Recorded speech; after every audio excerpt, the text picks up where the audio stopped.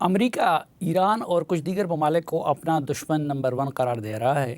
لیکن اگر غور سے دیکھا جائے تو اس کا نمبر 1 دشمن، اس کا نمبر 1 لاڈلا یعنی اسرائیل ثابت ہوا ہے۔ اسی اسرائیل کے وزیر اعظم نیتن یاہو نے امریکہ کو ایران جنگ پر آمادہ کیا اور جس نے امریکہ کو کہیں کا نہیں چھوڑا۔ اس میں کوئی شک نہیں کہ ایران کو بھی غیر معمولی نقصان اٹھان پڑا ہے، لیکن ابھی جنگ کے خاتمے سے قبل کئی محاذوں پر امریکہ کو بھی غیر معمولی نقصان اٹھانا پڑا ہے۔ پہلا نقصان تو اسے یہ اٹھانا پڑا ہے کہ اس کی اخلاقی ساکھ بری طرح متاثر ہوئی۔ اس جنگ کے لیے نہ تو اقوام متحدہ کی سیکیورٹی کونسل سے اجازت لی گئی اور نہ نیٹو وغیرہ سے۔ پھر جس طرح ابتدا میں جنگی اصولوں کی خلاف ورزی کرتے ہوئے ایران کے سپریم لیڈر آیت اللہ خامنئی کو شہید کیا گیا، یا جس طرح اسکول کی 150 بچیوں کو لقمہ اجل بنا دیا گیا، اس سے امریکہ کی اخلاقی ساکھ بہت بری طرح متاثر ہوئی۔ ماضی میں امریکہ انسانی حقوق کی پامالی کی بنیاد پر دیگر ممالک کو بلیک میل کرتا رہا، لیکن سوال یہ ہے کہ اس بربریت کے بعد وہ کس منہ سے بین الاقوامی قوانین کا تذکرہ کرے گا یا کسی ملک کو انسانی حقوق کی پامالی کی ذمہ دار قرار دے کر بلیک میل کرے گا۔ امریکہ کو دوسرا نقصان یہ پہنچا کہ وہ نیٹو کی حمایت سے محروم ہو گیا۔ ساتھ نہ دینے پر غصے میں آ کر ڈونلڈ ٹرمپ نے نیٹو کے خلاف جو بیانات دیے، اس کے بعد اب مستقبل میں نیٹو اور امریکہ کی بات بنتی نظر نہیں آ رہی۔ اس میں دو رائے نہیں کہ نیٹو میں زیادہ حصہ امریکہ کا تھا، لیکن یہ بھی حقیقت ہے کہ نیٹو کو زیادہ استعمال بھی امریکہ ہی نے کیا۔ امریکہ کے مقابلے میں چھوٹے صحیح، لیکن نیٹو میں درجنوں ممالک ایسے شامل ہیں اور ان کے اتحاد سے امریکہ جو کچھ بھی چاہتا اس کا وزن بڑھ جاتا۔ ایک بڑا نقصان امریکہ کو یہ ہوا کہ اس کے ناقابل شکست سپر پاور ہونے کا بھرم ٹوٹ گیا۔ جب دنیا نے دیکھا کہ امریکہ اسرائیل کے ساتھ مل کر ایران جیسے ملک کو بھی نہیں جھکا سکا، تو اس کی نظروں میں اس کی فوجی صلاحیت سے متعلق بھی سوالات جنم لینے لگے۔ گزشتہ ایران اسرائیل جنگ کے دوران جب امریکی B-52 جہازوں نے ایران کی ایٹمی تنصیبات پر حملہ کیا تو دعویٰ کیا تھا کہ سب کچھ تباہ کر دیا گیا،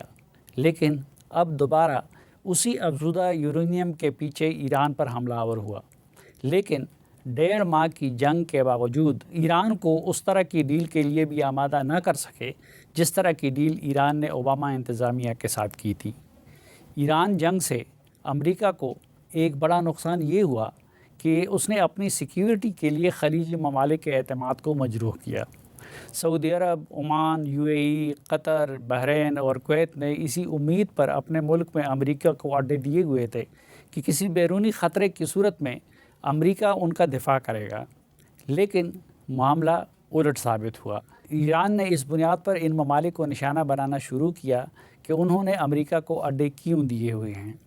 پھر ایران ان پر میزائل اور ڈرون برساتا رہا اور امریکہ تماشا دیکھتا رہا۔ امریکہ یہ کہہ سکتا ہے کہ اس کے فراہم کردہ دفاعی نظام کی وجہ سے ان ممالک کو نقصان کم ہوا، لیکن بہرحال ان کے ہاں جنگ کی مصیبت بھی امریکہ اور اسرائیل کی وجہ سے آئی، جبکہ یہ دفاعی سامان ان ممالک نے امریکہ کو پیسے دے کر خریدا ہے۔ ان وجوہات کی بنا پر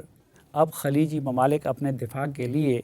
مشکل سے امریکہ پر تکیہ کریں گے اور لامحالہ وہ اس مقصد کے لیے دیگر ممالک سے رجوع کریں گے۔ اگرچہ سعودی عرب نے ایران جنگ سے قبل بھی امریکہ پر زور دیا تھا کہ وہ ایران پر حملہ نہ کرے، لیکن اب مغربی میڈیا رپورٹ کر رہا ہے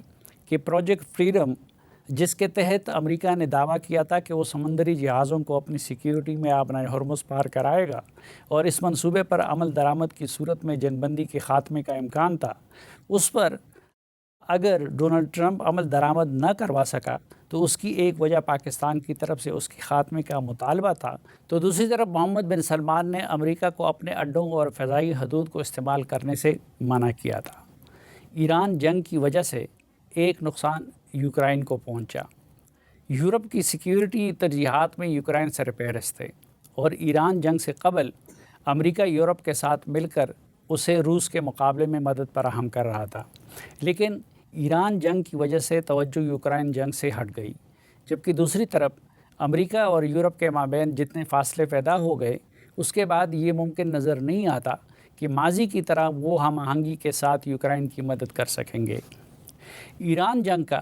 امریکہ اور اس کے اتحادیوں کو ایک بڑا نقصان یہ ہوا کہ ان کے حریف روس کو اس کا بہت فائدہ ہوا۔ جس طرح کہ پہلے عرض کیا گیا کہ ایک طرف یوکرائن جنگ سے توجہ ہٹ گئی جو روس کے لیے فائدے کی بات تھی، تو دوسری طرف مجبور ہو کر امریکہ نے مارکیٹ میں تیل کی قلت سے بچنے کے لیے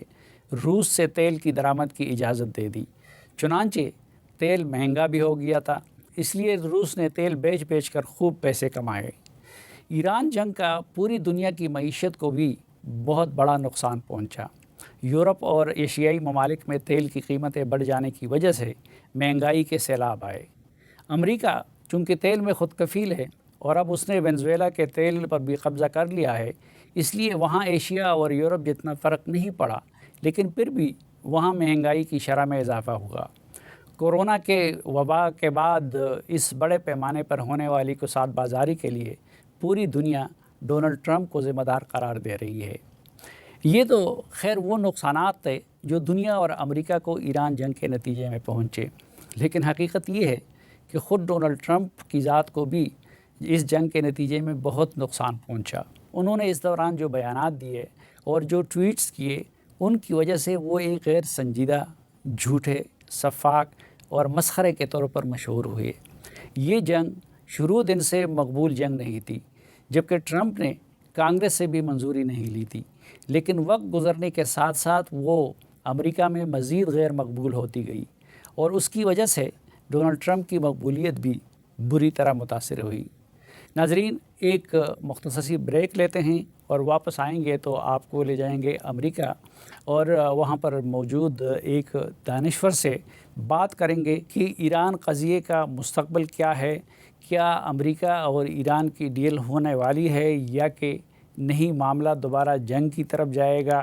اور ان ممالک کی جو کشمکش ہے اس کے نتیجے میں مشرق وسطیٰ کے دیگر ممالک پہ کیا اثرات مرتب ہو رہے ہیں اور خطے کا نقشہ کیا سامنے آ رہا ہے۔